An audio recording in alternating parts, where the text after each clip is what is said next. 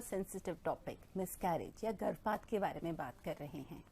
Pregnancy, delivery, इसके बारे में तो सब बात करते हैं, लेकिन जब किसी महिला का गर्भपात होता है तो उसके बारे में कोई भी बात नहीं करना चाहता है।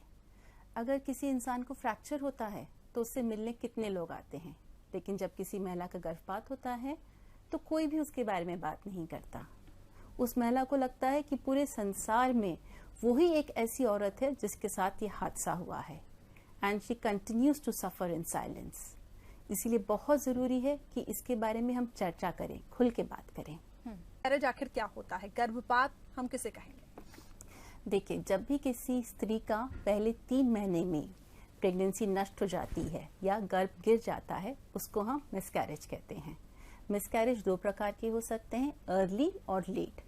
अगर पहले 3 महीने में आपका मिसकैरेज होता है, हम उसे अर्ली मिसकैरेज कहते हैं, और उसके बाद होने वाले मिसकैरेजेस को हम लेट मिसकैरेज कहते हैं।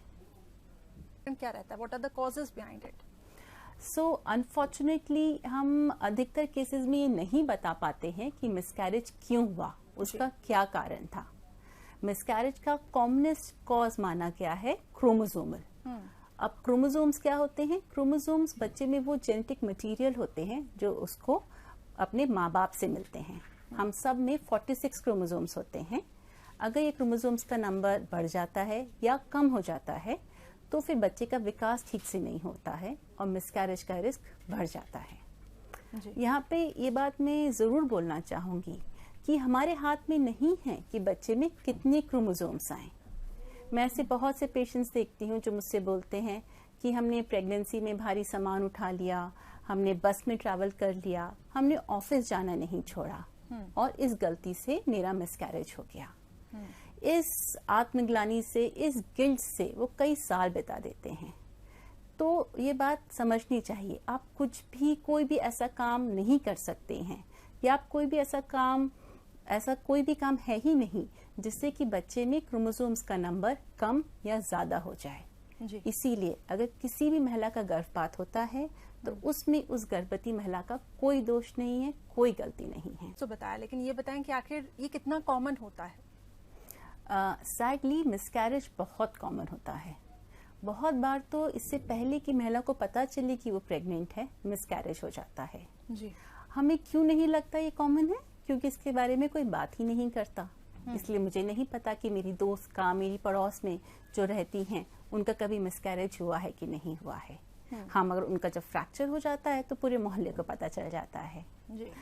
अगर हम नंबर्स देखें तो हर 5 में से 1 महिला का मिसकैरेज हो सकता है। तो ये इतना कॉमन है। कुछ केसेस में मिसकैरेज की रिस्क और बढ़ जाती है। तो अगर हम वो केसेस की बात करें तो हम बोलेंगे एज। अगर किसी महिला की एज अराउंड 30 इयर्स की है तो 30 साल की उम्र में मिसकैरेज का रिस्क 20% रहता है। वहीं 40 साल की उम्र में ये मिसकैरेज का रिस्क 50% बढ़ जाता है, क्योंकि जैसे जैसे आपकी आयु बढ़ेगी क्रोमोसोम्स में प्रॉब्लम होने का रिस्क बढ़ता जाएगा। सेकेंडली, अगर कोई भी बीमारी है जैसे डायबिटीज, वो भी जिसको अच्छे से नहीं कंट्रोल किया गया हो तो मिसकैरेज का रिस्क बढ़ सकता है। और तीसरा, यदि आप स्मोक करते हैं, यदि आप ड्रिंक करते हैं या आपका वजन बहुत ज्यादा है, ऐसे केसेस में भी मिसकैरेज का रिस्क बढ़ सकता है। अब ये बताएं कि ट्रीटमेंट प्रोसीजर के बारे में, कि क्या इसके बाद पेशेंट को ब्लीडिंग या दर्द हो सकता है, पॉसिबिलिटीज हैं इसकी?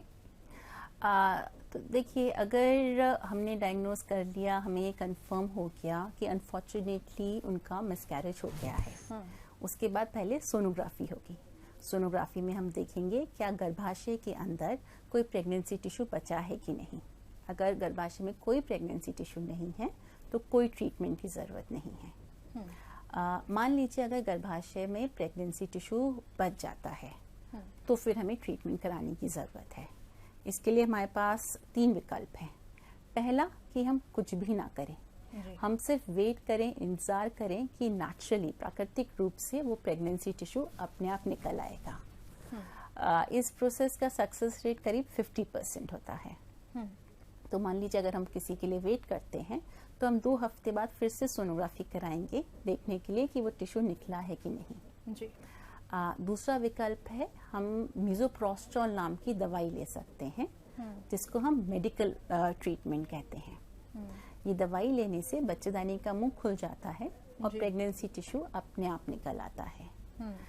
इस प्रोसीजर में थोड़ा पेन होता है, लेकिन इस प्रोसीजर से आप सर्जरी से, एनेस्थीसिया से बच सकते हैं। इसमें कुछ घंटों के लिए दर्द रहेगा और एक हेवी पीरियड जैसा होगा, और उसमें आप ब्लड क्लॉट्स, प्रेगनेंसी टिश्यू, ये सब पास करेंगे। जनरली इस दवाई खाने के बाद भी हम 2 हफ्ते बाद एक और रूटीन चेक सोनोग्राफी करते हैं, देखने के लिए कि सब प्रेगनेंसी टिश्यू निकला कि नहीं। इस प्रोसेस की सक्सेस रेट करीब 85% होती है।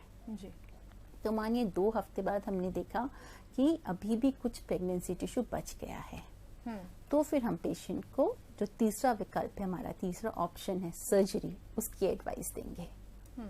तीसरा, जैसे मैंने बोला, तीसरा ऑप्शन है सर्जरी, डीएनसी, या जिसको हम आम भाषा में वॉश करना या सफाई करना कहते हैं।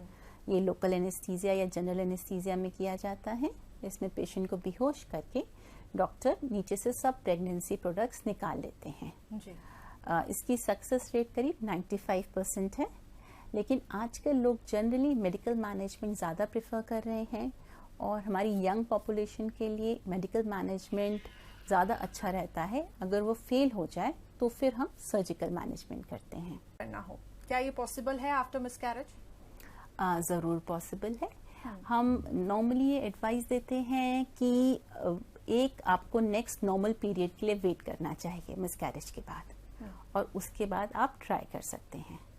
इससे ज़्यादा इम्पोर्टेंट ये बात है कि आपको और आपके हस्बैंड को इमोशनली और फिजिकली रेडी होना चाहिए कंसीव करने के लिए, और फिर आप आराम से कंसीव करने के लिए कोशिश कर सकते हैं। डॉक्टर दीप्ति, अगली प्रेगनेंसी के लिए पेशेंट को आखिर क्या करना चाहिए ताकि फिर से मिसकैरेज ना हो? इस दौरान क्या कुछ सावधानियां बरतनी चाहिए? देखिए, एक तो सबसे इम्पोर्टेंट बात है कि हम अगली बार तभी ट्राई करें जब हम इमोशनली और फिजिकली रेडी हों। ये बात बहुत ज़रूरी है। दूसरी बात, एक विटामिन होता है फोलिक एसिड। फोलिक एसिड बच्चे के दिमाग के डेवलपमेंट में हेल्प करता है। तो जब आप कंसीव करने के बारे में सोच रही हैं, तब से ही फोलिक एसिड खाना शुरू कर देना चाहिए। दूसरी बात मैं बोलूँगी कि हम जितने स्वस्थ हो सके उतना अच्छा है। तो अगर आपको डायबिटीज़ है, हाई ब्लड प्रेशर है, तो उसको अच्छे से कंट्रोल में रखिए। अगर आपका वजन बहुत ज़्यादा बढ़ा हुआ है तो अपने वजन को कंट्रोल करिए और संतुलित आहार खाइए। और तीसरी बात सबसे ज़रूरी कि हमको एक पॉजिटिव माइंडसेट रखना है। जी, आपको ये याद रखना है कि जो पिछली प्रेगनेंसी में मिसकैरेज हुआ था उसमें आपका कोई दोष नहीं है, कोई गलती नहीं है, और अगली प्रेगनेंसी के सक्सेस के चांसेस भी भरपूर हैं। जी।